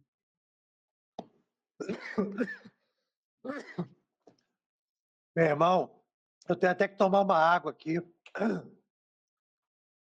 Alberto Cury Júnior. Alberto Cury Júnior, famoso Gafanha. Gafanha, meu irmão, Gafanha, ele também pertencia ao Garra, porque o Garra também tinha pessoas civis que trabalhavam nesse grupo da presidência. E Gafanha tinha vários cursos na área operacional e era um estudioso de balística, um estudioso de armas, era um atirador de precisão altamente qualificado, era colecionador de armas, ele tinha todo o aparato, né, de equipamentos e passou para a gente, na época que a gente começou o COT, e eu conheci Gafanha em 88, quando eu cheguei no edifício sede, lá nessa salinha que eu falei, que ficava junto com o Evandro. Conheci Gafanha desde aquela época, até há pouco tempo atrás do falecimento dele. E a gente, pô, tinha um carinho muito grande, nós, os pioneiros, os veteranos, tínhamos um carinho muito grande pelo Gafanha, porque Gafanha não era policial federal, não era dos quadros de nenhuma força policial, mas foi o cara que deu a vida pelo COT. Foi o cara que passou todo o ensinamento para a gente, que ele podia passar. Participou com a gente em várias missões, mesmo não sendo do COT, mas tinha o aval da coordenação da Polícia Federal. E era um cara que auxiliava muito a gente no planejamento também. Então a gente deve muita coisa ao Gafanha, cara. Muita, muita, muita coisa. É o que o Daniel fala, meu irmão. Mesmo os mais novos, se falar que é do COT, mas se não tiver escutado, não saber quem foi Gafanha, meu irmão, tá errado. Deve ser um intruso, né? Deve ser um intruso. Com certeza. Deve ter mascarado e falar que, porra, que é do COT, mas não pode, meu irmão. O Gafanha foi um cara ímpar. E ele, pô, ele deixou um legado muito grande que a gente soube aproveitar, que a gente repassou isso para os mais novos, e os mais novos continuam repassando isso para os mais antigos, né? Sim. Como foi a criação do curso de atirador de precisão. A criação do curso de atirador de precisão veio através do Gafanha, cara. O Gafanha formou os primeiros atiradores de precisão do COT. Sim. E esses atiradores de precisão repassaram isso para os futuros atiradores de precisão do COT, como os atiradores de precisão de outras polícias, né? De órgãos que foram lá buscar conhecimento. E não foram poucos, cara, não foram poucos, né? E isso desde lá de, se não me engano, o primeiro curso de atirador foi em 2004. O curso de precisão para órgãos de fora e para atiradores da Polícia Federal. Sim. Tá? Beleza. Uma coisa que eu acho que você acho que não falou foi a questão da fazenda. A fazenda do Gafanha era usada como treinamento do COT, né? Ali. Muito, muito. A Fazenda do Gafanha, cara, era uma fazenda que ele tem até hoje, porque o filho dele dá continuidade no caminho ali da Bahia, entre Brasília e Bahia. Não vou dar coordenada aqui, né? Mas no caminho de Brasília para Bahia. Sim. E, pô, é uma fazenda imensa, meu irmão. Ah, Tudo que você quiser, você tem naquela. Era um parque de diversão, aquela fazenda. Pô, por caramba, quê? cara, o cara soltava a gente, os pioneiros então se fuderam, né? Na mão dele. Porque, pô, ele dava uma coordenada e, pô, eu tinha com ele, na época também, quem ficou um tempo com ele lá foi Valu. Valu foi um força especial do Exército. Hum, Eu conheci ele na brigada, meu irmão, pra ter uma ideia. Tô velho pra caralho, né? Eu conheci Valu ainda na brigada paraquedista sim. como primeiro sargento. Valu já era temido pra cacete, meu irmão, dentro do. E existia um destacamento de força especial. E eu, como era sargento novinho, então, porra, eu ficava perambulando por ali toda vez, porra, que tinha, o curso rolava dentro do centro de instrução. E eu, como era percevejo, morava dentro do quartel, geralmente era chamado para figuração, para algumas coisas, porra, que acontecia lá dentro. Mas isso é papo É, para outro esquema.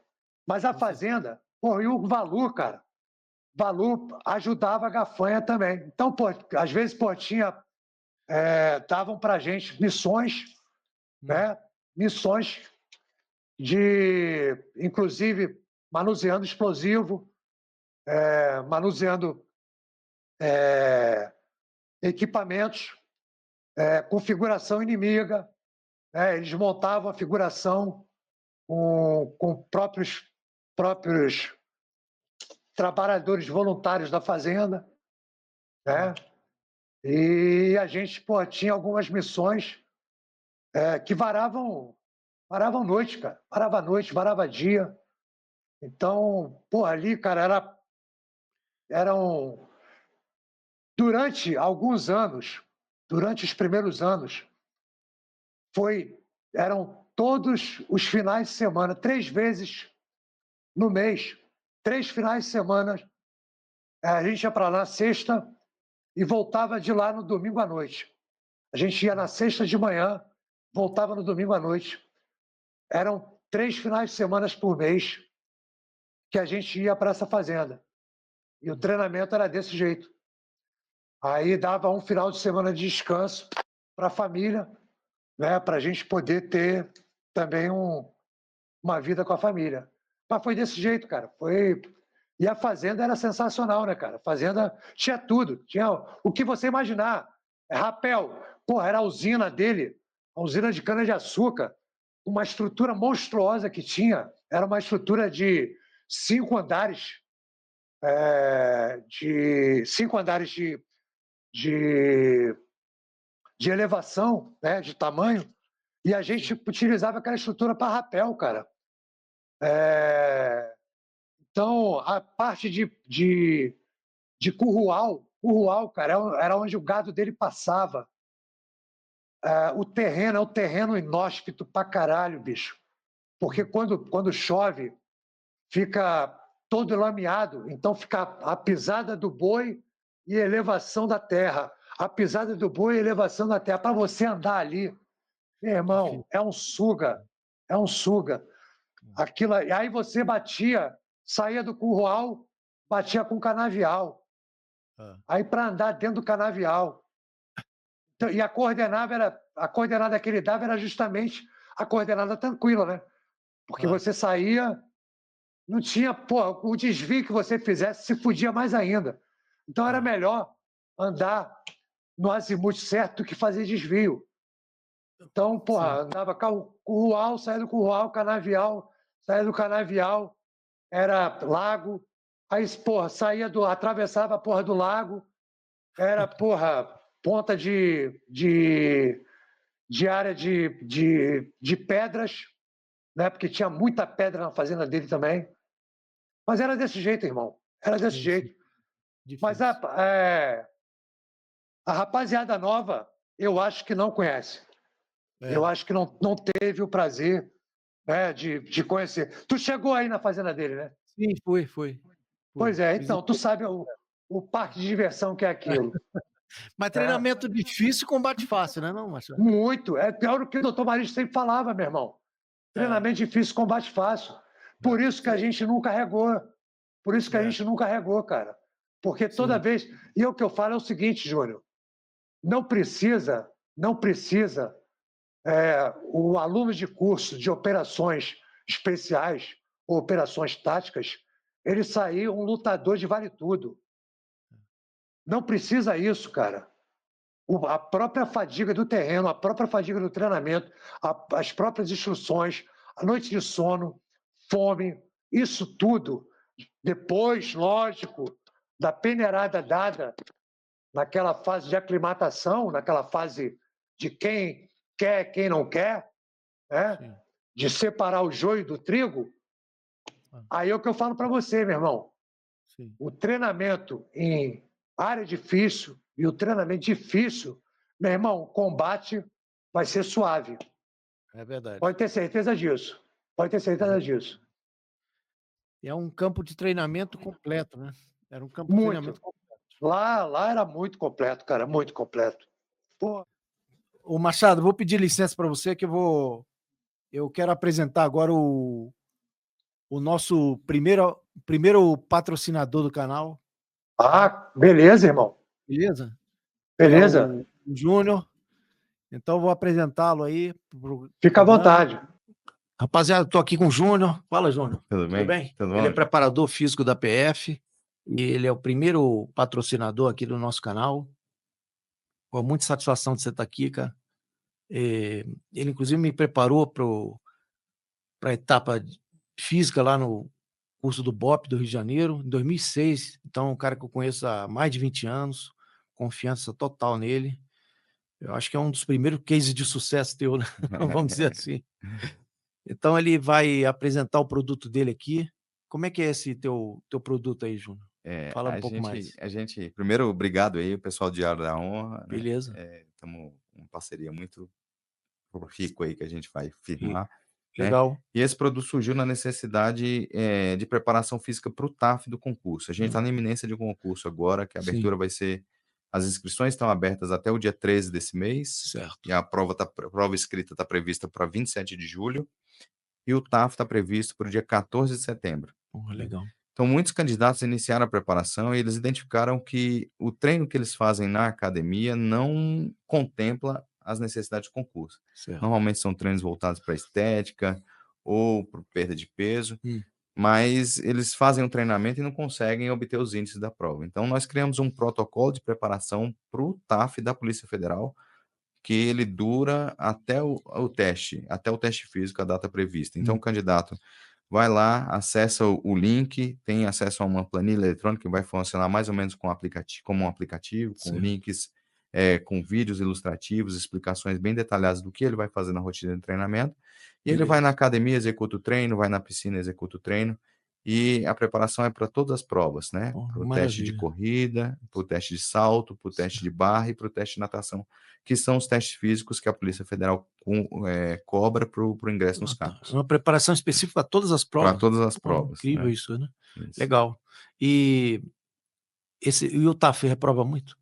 Reprova. Dependendo, há anos em que o TAF reprova até 30% dos candidatos, né? Sim, sim. Então, não é uma etapa a ser negligenciada. Pode deixar para a última hora também, Não pode deixar para a última hora. Mas quem começar agora dá tempo, né? Beleza. E quem começar agora também tem um benefício na parte cognitiva. Todas as pesquisas mostram que quem faz atividade física tem melhoria nos processos de atenção, melhoria nos processos de consolidação de memória, dorme melhor, e tudo isso favorece a aprendizagem da matéria escrita. Então, são coisas que se complementam. Então, são quantas vagas? Para esse concurso, agora estão previstas 1.000 vagas para todos os cargos: delegado, agente, escrivão, papiloscopista e peritos. Porra, bom demais, então. Então, galera, dá tempo de escrever ainda. Vamos preparar, então, com o Júnior aqui. O link do produto dele está aqui no primeiro comentário aqui do vídeo. E muito obrigado, Júnior, pela tua presença aí. E a gente vai voltar aqui a se falar mais vezes aí. De repente você é um próximo entrevistado, um dos próximos entrevistados para a gente se falar mais sobre os produtos que você tem, sobre as suas atividades lá na PF, né? Polícia. Então, um grande prazer de você estar aqui, tá? Prazer é todo meu, pessoal. Falou. Então é isso, rapaziada. Voltamos aqui da entrevista com o Júnior, nosso patrocinador. E, Machado, tá me ouvindo aí? Na boa, tranquilo. Vamos retomando a nossa entrevista aqui. Quantos likes você acha que vai dar essa entrevista? Quantos seguidores a mais aí? Ô, meu irmão, se depender de mim, mais de 1 milhão, né? Mas não depende de mim. Ah, Mas não depende de vou mim. Mas é o perguntar. seguinte, Ah, tô fazendo o possível aí pra gente, pô, dar um crédito legal pro canal aí. O Diário da Honra merece isso, né? E, pô, a meta aí é ultrapassar os 100 mil, né, irmão? Aí depois o isso aí. resto Eu vou vai fazer fazer. uma outra pergunta aqui, mas não fica muito nervoso, não. Vamos fazer uma próxima pergunta aqui para você. Tá, É o beleza. seguinte, eu queria saber de você, eu sei que você tem muito a responder aí. Essa estética atual da exposição dos operadores táticos em redes sociais, eu queria que você falasse sobre isso, principalmente esses caras que ficam usando lenço no pescoço, chemag, essas coisas aí. Porra, Júnior, puta que pariu. Tu fala pra eu não ficar nervoso, irmão. Pô, tu faz uma pergunta dessa, meu irmão, Eu fiz de propósito. só pode ser, né, cara? Meu irmão, é o seguinte, eu sou do tempo que, quando eu entrei na polícia, a gente usava revólver 38. Sim. Né? Eu sou do tempo, porra, quando eu cheguei na DRE de Porto Velho, que a gente pegava vagabundagem, porra, botando a mão por fora da caminhonete e puxando o vagabundo para falar com a gente bem de perto. Né? E, pô, e toda a rapaziada que trabalhou naquela época lá em Porto Velho pode confirmar isso. Né? E quando eu fui para o COT, quando eu cheguei no COT, quando a gente iniciou, eu nunca vi gafanha usar a porra de cachecol no pescoço. Eu nunca vi Evandro botar capuz. Sim. A minha galera toda e todo o pessoal que trabalhou comigo em todas as operações, Júnior, nunca eu tampei minha cara. Quem tem que ter medo de mim é bandido, meu irmão. Bandido é que tem medo de mim. Não sou eu que tenho que esconder minha cara. Quem esconde a cara, aí eu concordo. Quem está em investigação pode até esconder a cara na hora da operação, porque o cara vai participar de outras operações. Agora, se eu estou na fase que é o pé na porta e é o para aprender, meu irmão, para que eu vou ficar usando essa porra de lencinho amarrado? E virou moda essa porra, né, cara? Virou Tudo quanto é operador agora, porra, tem que usar a porra de um lenço amarrado no pescoço. Porra, Sim. esse lenço, meu irmão, acho que é do tempo lá da Guerra do Iraque, cara. Antes, no Vietnã, os caras usavam isso, porra, por causa do suadouro que dava, era toalha, não era lenço.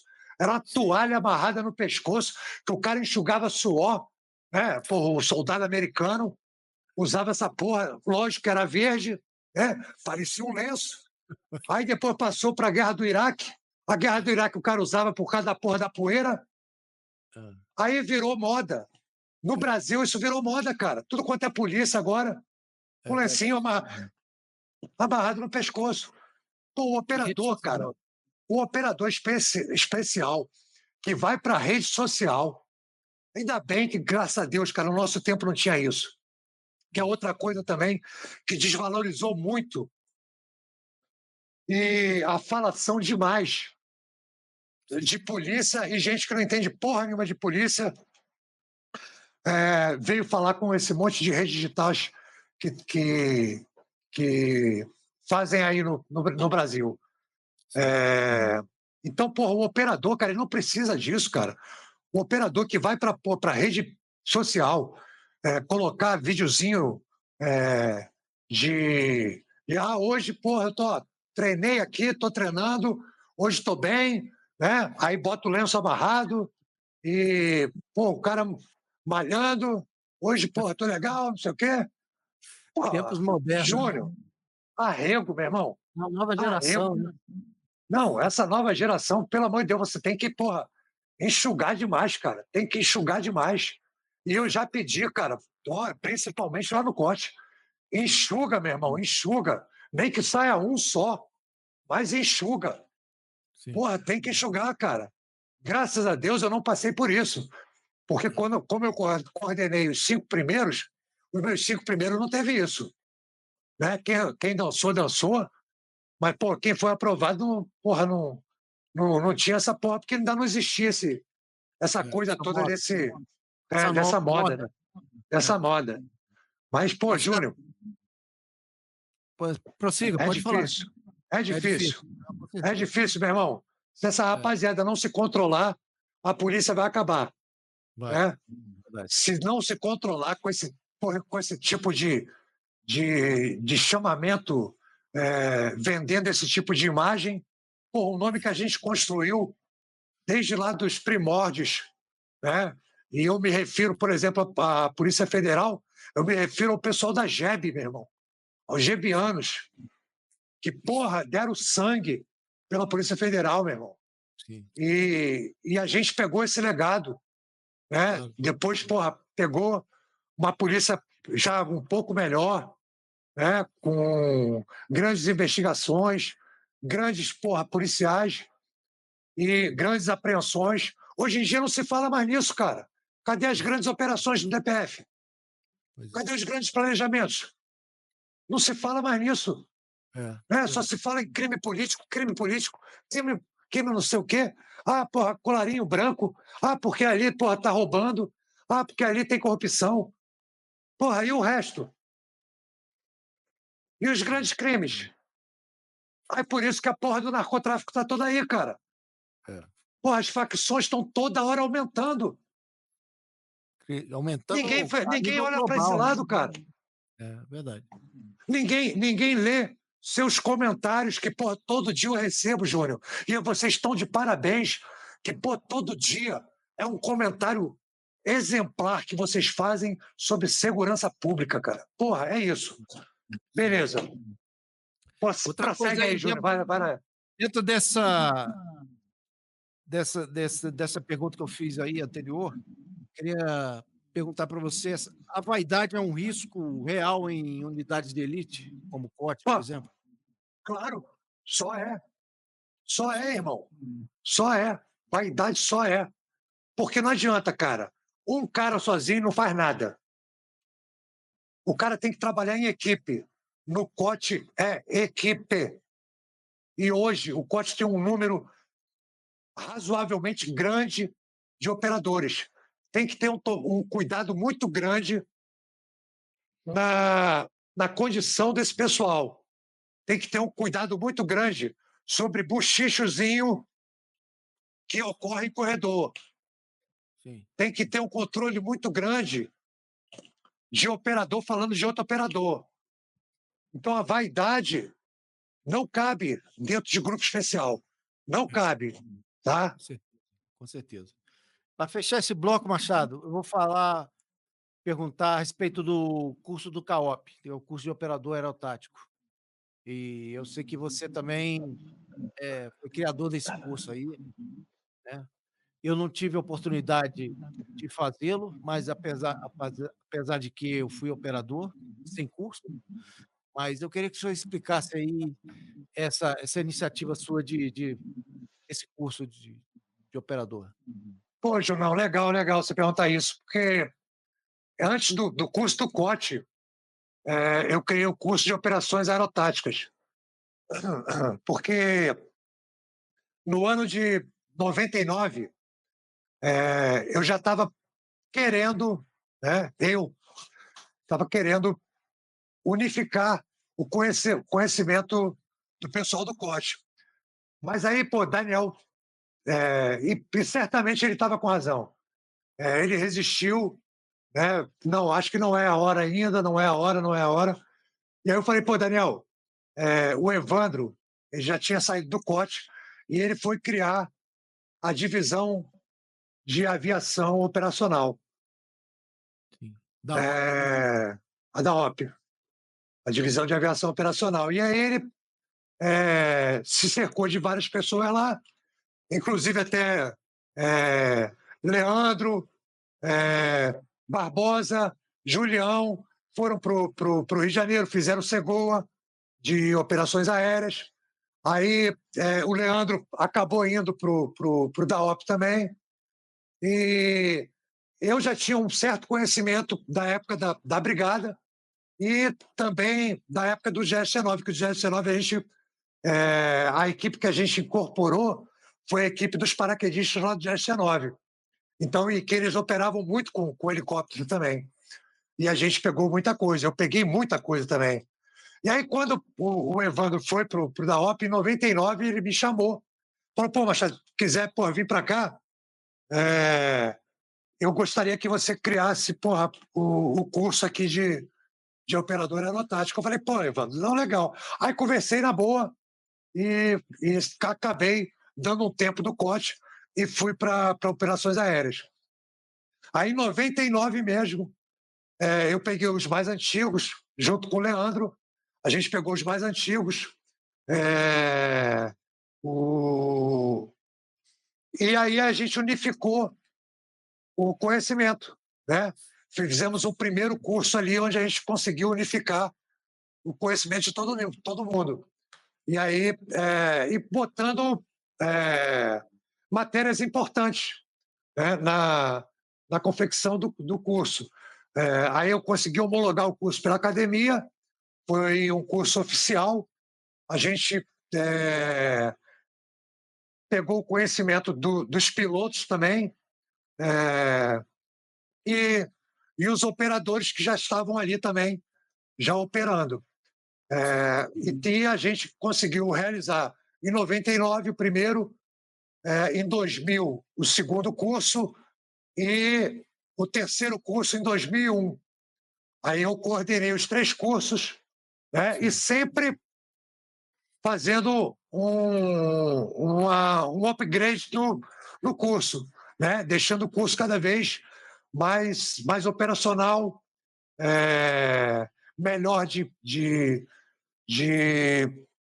operações, de treinamentos, né? E aí, Júnior, a partir do terceiro, se não me engano, foi do segundo curso. Do segundo curso, eu já coloquei embutido no curso 4 missões reais de Operação Maconha no sertão nordestino, entre Pernambuco e Bahia. Sim. Então, os alunos já iam na operação real de erradicação de maconha, né? E faziam essa parte operacional no curso. E aí, o que eu fazia? Eu fazia uma coisa que... Teve um cara, Júnior, do terceiro curso, que ele acho que já tinha uns 5 ou 6 anos de rádio patrulhamento de São Paulo. Esse cara, depois, no final do curso, ele virou para mim e falou, Machado, eu vi coisas nesse curso que eu nunca vi em lugar nenhum. A operacionalidade, a coisa mais próxima do real que vocês fazem no treinamento, pô, isso é fantástico. E é o que eu fazia. A parte de resgate com a aeronave, o homem descendo rapel numa pedreira ou num prédio alto, ou numa cachoeira. Cara, era mais próximo da realidade possível. Eu botava o aluno no cheque mesmo, que era exatamente para ele descolar as placas e falar, caramba, se eu não conseguir salvar esse cara, eu também não vou me salvar. Então, né, desse tipo. E na Operação Maconha, a gente teve o terceiro curso, ele bateu de frente com a quadrilha de assaltantes de banco, né? E a aeronave foi alvejada. E, era fuga de presídio, cara. Foi numa fuga de presídio, que tinha no meio, tinha assaltante de banco. Então, aí eu falei pro curso, a partir de agora, meu irmão, todo mundo aqui é polícia. Sim. O curso vai ficar para depois, agora vamos agir como policial. Sim. É para enfrentar a bandidagem do jeito que vier. Tá entendido isso? Tá. Ok, fechou. E depois o curso veio direto de novo. né? Sim, verdade. Depois o Dudu tocou, né?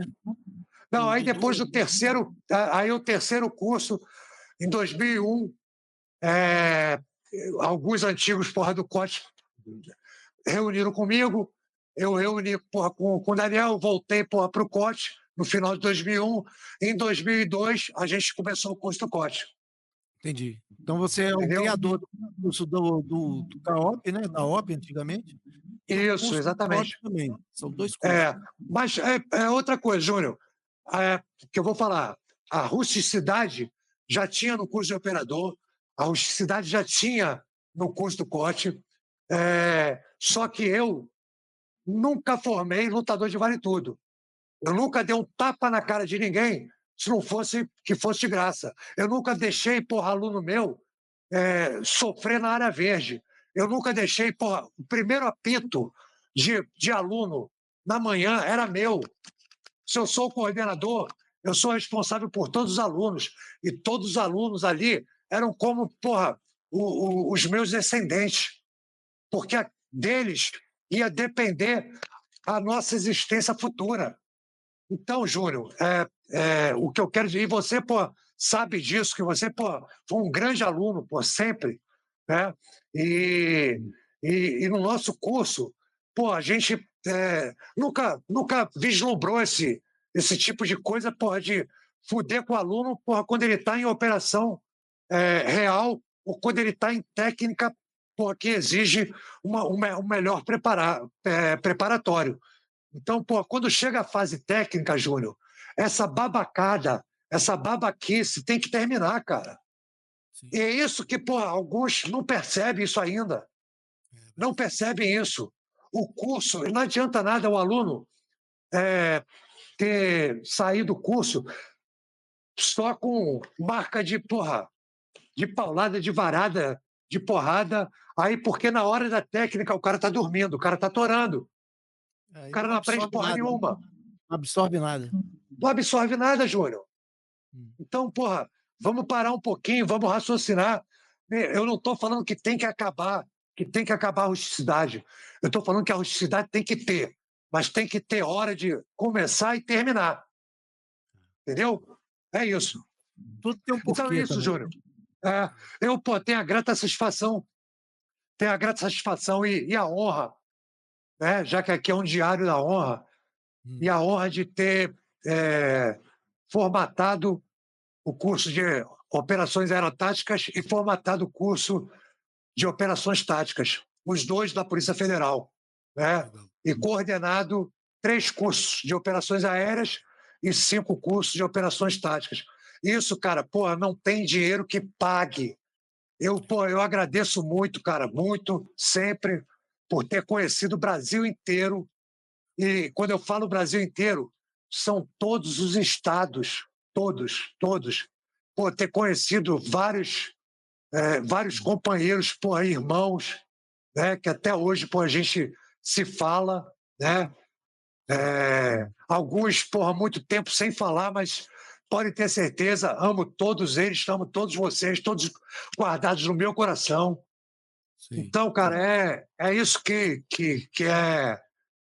é o nosso legado, né? Sim, A nossa amizade, né, para sempre. claro.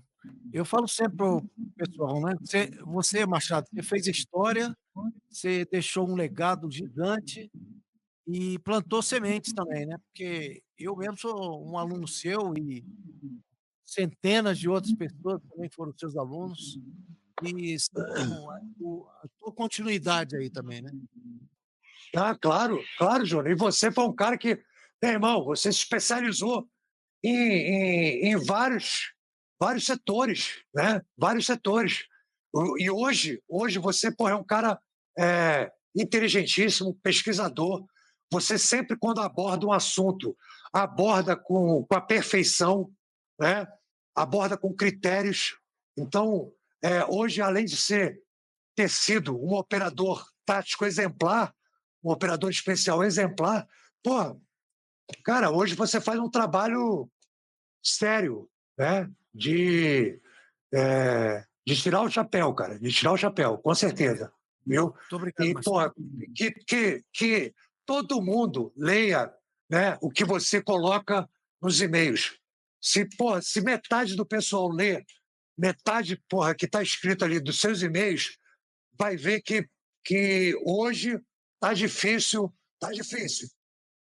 de fazer um retorno de segurança para a população. Queria fazer uma pergunta para você, que eu vejo muita gente aí com distintivo assim de operações especiais e o COT é o Comando de Operações Táticas. Eu queria que você fizesse uma distinção assim, o que seria operações táticas e operações especiais. Qual é a diferença disso? Meu brother, O leigo aqui, o comum que está assistindo. tá, beleza. Está no meu livro isso, né?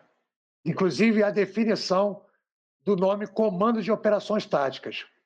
Mas essa pergunta é muito boa, pelo seguinte, porque eu estou vendo hoje em dia até a nova galera do COT tem a nossa bandeira, mas alguns estão fazendo questão de colocar em cima operações especiais. Meu brother, eu sinto muito informar essa rapaziada, mas o COT, Comando de Operações Táticas, já é um comando de operações especiais, porra! E isso eu falo batendo. Caiu.